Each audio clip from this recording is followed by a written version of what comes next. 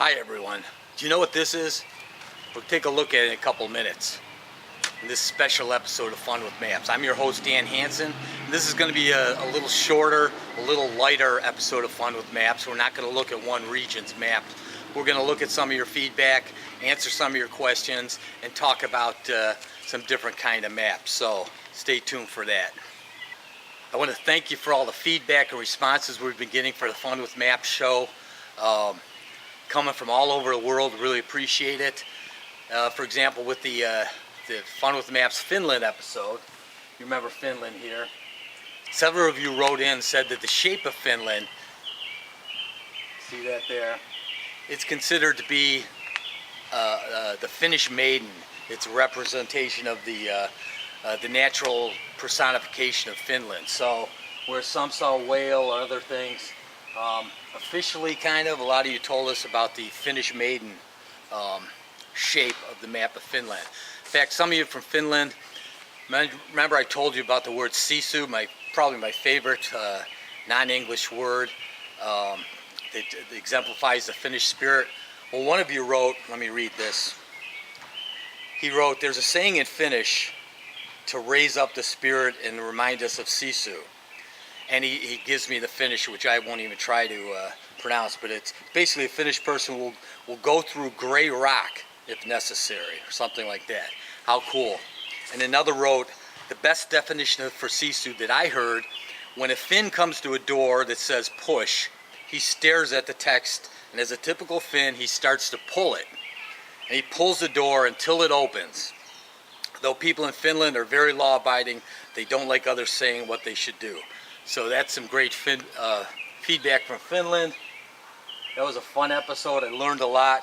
Hoping to visit there someday. When we did Wuhan, China, we got a lot of response there because Wuhan's been in the news because of the virus, but it's such an important city in China. We got a lot of feedback, including from a Chinese professor who wrote, you presented some facts that even some Chinese don't know. So we appreciate all that feedback. We appreciate the comments, even the snarky ones. So keep that up. Please keep giving us your feedback on Fun with Maps. I have to give viewers of Fun with Maps credit. They have very keen eyes. Yes, the question was, this map, this shirt that I wore in the one episode, does that have a map on it? Yes, it's the map of the state of Ohio. Cleveland Cavaliers are the NBA team here in my hometown of Cleveland, Ohio, and they call Cleveland the land. So as the Cavaliers were, here's Cleveland, as the Cavaliers are going for championships and all that, the saying was defend the land. And here's the map of Ohio. Cleveland's up here, so yes, good eye. This is a map t-shirt, and how fitting.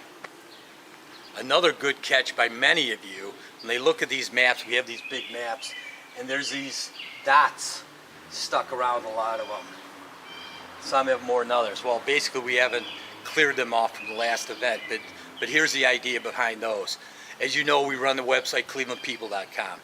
Clevelandpeople.com covers 120 or so different ethnic heritages in Cleveland, Northeast Ohio. So we go to a lot of events for either groups, diverse groups, or for specific ethnic groups. When we go to events like this, we'll bring one of our big maps, and we'll ask people, come by the table, look at the map, and place a sticker, a little sticky dot, on the location of your homeland or the homeland of your ancestors. So by the end of an event, if it's a big event, we may have thousands of these dots here. We haven't pulled them all off yet, but you'll see, and you can tell a lot from where the dots are clustered. For example, if we're at the Cleveland Asian Festival, we expect most of the dots to be from Japan, Korea, India, China, Vietnam, Philippines, Laos, Southeast Asia, in that area. We don't expect a lot from South America at the Cleveland Asian Festival. We could also see that, when I mentioned in the Wuhan, China Fun with Maps episode that a lot of people from Cleveland came from the Canton region of China, you could see all the dots were placed around Canton instead of maybe Beijing or other places in China. So it's always good to see this. Here we can When we look at, for example, Ireland, Cleveland's got a lot of people from Ireland, and a vast majority of them, turns out, are from the west in what's County Mayo, M-A-Y-O. So County Mayo, and in particular, Achill Island as part of County Mayo. So when we have this here, and maybe it's a European crowd, this map will be layered thick with dots, not just in Ireland, but in Western Ireland, County Mayo, and even drilled down a little to Achill Island. So you can tell a lot from the maps here and where people put it. It's interesting. People will come and stare at the maps. A lot of people haven't seen a map of the world since geography class in grade school, if ever. So they'll look, and older people or people who might be first generation or immigrants will stare and look around, and they spend a lot of time looking at it and the neighboring cities and all, and they'll point it out, and they'll show their kids or grandkids, you know, where on the map their family's from, and it's really cool. Younger people are often very impressed by how close some of these countries are. Like here in Europe, we're so close, you know, Switzerland and Luxembourg, and it's so packed in there, and they didn't maybe realize that. Or like when we saw with the Horn of Africa, how close Africa is to the Middle East there, right across the straits there. So the maps are piquing people's interest. We hope that continues. I hope they have as much fun with maps as we do. When we go to an event like One World Day in the Cleveland Cultural Gardens, which draws tens of thousands of people, by the end of the day we'll have thousands of dots on the map representing 80, 90, 100 different countries. And it's really cool to see the spread of people, where they came from in the world, and the diversity we have right here. It's a lot of fun. Speaking of the Cleveland Cultural Gardens, 100 years old now, and the board is we created a Centennial Peace Plaza, and one of the highlights is this stage, big stage up in front, and on the stage is a map of the world. And let me show you a little video I took of the map of the world here. It'll be colored in a little better and etched a little better, but people would be able to come here, they'll dance, sing, perform on it, but also hang out and be able to look at the world and see, you know, how close we are, how far some countries are, and it's pretty interesting. So we're happy about having another map in the world. You can never have too many maps.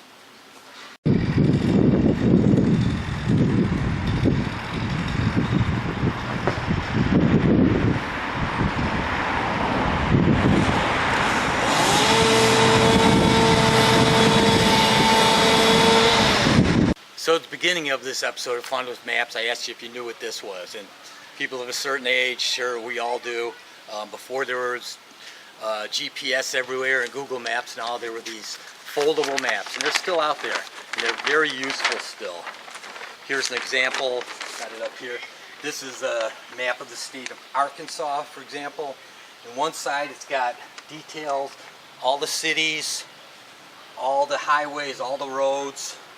It's got an index of all the cities, communities, towns in the state, so you can look here.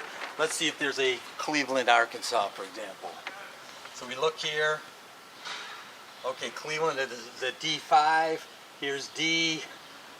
There's 5 coming down. So right in here is Cleveland, Arkansas. So these maps are very useful to find things like that. There's a distance between, a mileage between. So you can see Ashford, for example, is about 150 miles from the capital, Little Rock. So that's useful.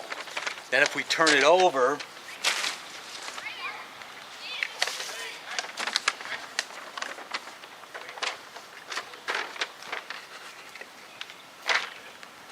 and each map might be different, but it's got these state maps are basically the same. When we turn it over, we'll see magnified, zoomed in maps. Like here's Little Rock, where it's a larger map and bigger. It's got some useful information for travelers in Arkansas, public recreation areas, state parks, things like that. So these maps, like here's one from Colorado.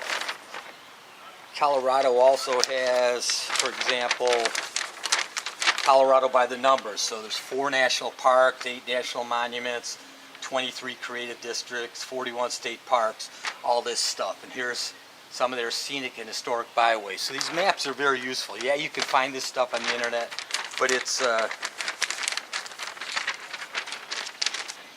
lot of people still use this. We've used it forever, and part of the fun after you use it for a while is folding this puppy back up. It's not always easy. These are new, so it's easier. And you can get these maps. Say you want to travel to a certain state or area or something. Just look at their Department of Tourism online or something. They'll send them out. They're free. They're a lot of fun to study. You know, you can learn a lot about the state or region or country by looking at their maps, as you know. And so I'm going to try to fold up this other map too. That's part of the fun of maps, folding them up. It's like a puzzle after a while. I hope you enjoyed this short, different episode of Fun with Maps. As I said, I'm your host, Dan Hanson. And next time we're going to have one of our traditional looks at a map of a region. It's a little more in detail, but I wanted to get some of your feedback and questions. Please keep that feedback coming. Yay, got it going. This time I was able to fold it, so I'm happy about that. So try one of these. Get a map, mess around with it a while, see if you can fold it up again. So until next time, keep having fun with maps.